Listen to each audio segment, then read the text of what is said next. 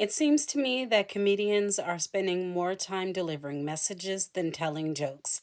I'm sure that tells us something about this economy right now.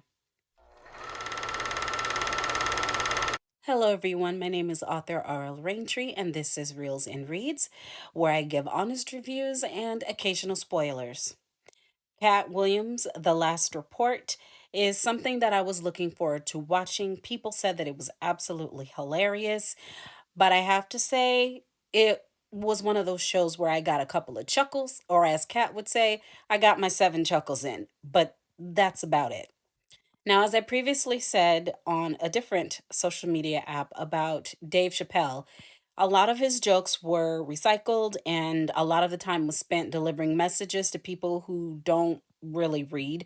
They get all of their news and their information from social media, from celebrities. A lot of the information about Black culture is learned through celebrities and social media. They very rarely read nonfiction.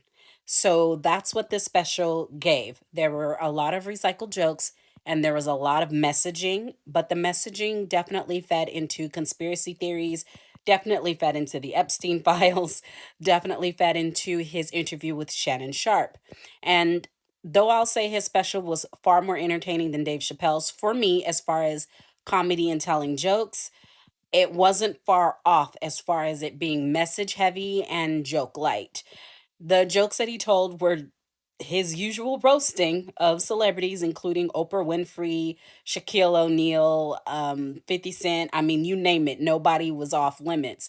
But a majority of the show, he was referencing Hollywood and he was referencing his interview with Shannon Sharp. And again, that's the downside because that interview was over a year ago. And he has had a special between then and now. And I have to say that because we already got the special that immediately came after Shannon Sharp's interview, I kind of didn't need to see this again. I wanted to hear some new topics from him. I wanted to hear something, his perspective on a lot of the crazy stuff that's going on. And maybe that's why his jokes were a little light. He kind of already told us about Epstein when people weren't believing him. He kind of already told us about what was going on in Hollywood when people weren't believing him. So maybe that was part of the problem. He so ahead of his time. He told all the jokes already, and now it's like, what else is there to talk about? I mean, if you look at social media, what else is there to talk about? I mean, I don't, obviously the Super Bowl was hadn't happened at the time that he did this. So overall, it was definitely funnier than Dave Chappelle's in that he told actual jokes. But both specials were delivering messages. Both specials were delivering messages I've already heard before. But again, I read a lot and I do read nonfiction and I don't get my information, my lessons, and my messages from celebrities. So I think that if you're a person who does look up to a lot of celebrities, if you're a person who gets most of your information from celebrities, you're going to absolutely love this. But if you're a person like me, you're going to say, I kind of miss the jokes because you're giving me a message I already have. You're telling me something I already know. Some of us are very learned and you're not telling us anything. If anything, it seems like you're just now realizing something that the rest of us who went to college already knew. And I don't mean that as a dig. It's just how the special came off to me. Is it worth the watch? Absolutely. I did enjoy it. Although for me, I did not laugh until about 12 minutes and 40 seconds in, I believe. And even then, it was like a little chuckle.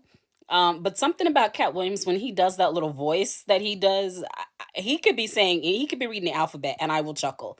But there are definitely some jokes told. The jokes were definitely funny, but for me, it was just the subject matter was kind of overdone for me, but I definitely think that everybody else is going to love it. So, because of that, I'm going to give it 4 out of 5 stars.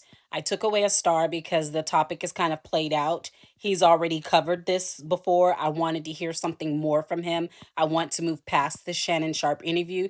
But then again, that's kind of, how he kind of really blew up in more recent years, I should say. And I also don't like that he uses a screen in his comedy now. It feels a little bit like a crutch. I don't need visual aids. You're too funny for that. You're too talented for that. Don't give me visual aids. And the music cues were a little clunky. So again, I'm giving it 4 out of 5 stars. But if you're a diehard Cat Williams fan, you're probably going to give it 5. It's definitely worth the watch.